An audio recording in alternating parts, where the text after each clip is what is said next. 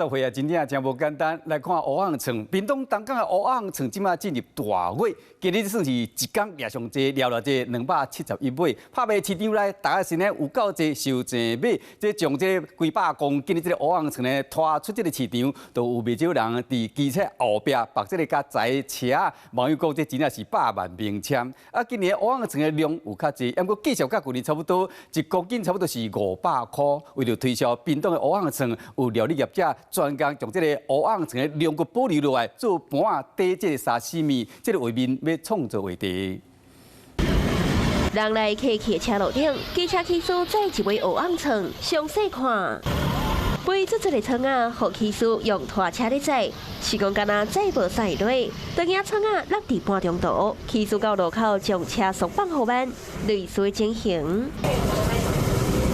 伫金泰路口嘛看到，这个场景出现地点伫屏东东港的鱼市场街。今日一早起，抓到271尾村仔，为了将100外斤重、每公斤超500块的乌昂村运出市场，想出着这步，嘛互网友回讲，这台往也是100万的名车。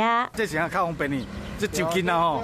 安尼买就买入库较方便啦。贵33的村仔送入市场后，也有业者将两骨当作是底鱼片的盘，从野做法也加做话题。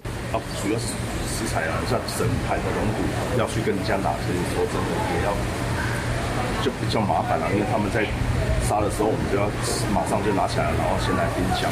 伫红公公的两骨顶头，增加一寡瓦萨比甲干贝，增加视觉的效果，成本估计至少要2万。业者讲，为了招待好朋友甲熟悉人客，免省下了成本钱，是讲暂时也无打算要卖，嘛希望会当推销屏东的乌昂村。